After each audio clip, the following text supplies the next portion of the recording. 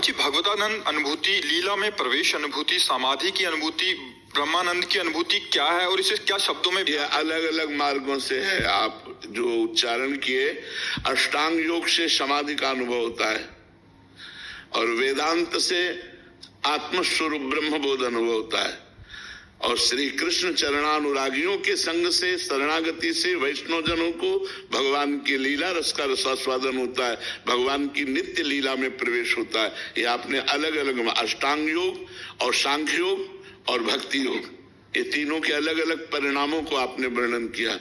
जो ब्रह्मानंद है वो वेदांत दर्शी मार्ग से प्राप्त होता है, जो समाधि है वो अष्टांग योग से प्राप्त होता है और जो लीला प्रवेश है ये भक्ति योग से प्राप्त होता है।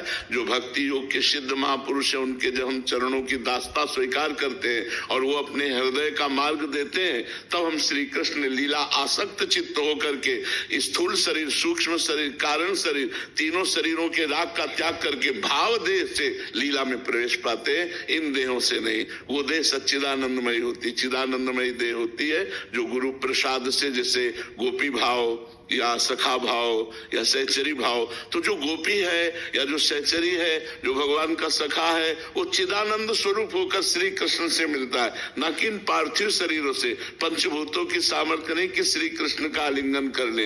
वो चिदानंदमय देह तुम्हारी विगत विकार जान अधिकारी।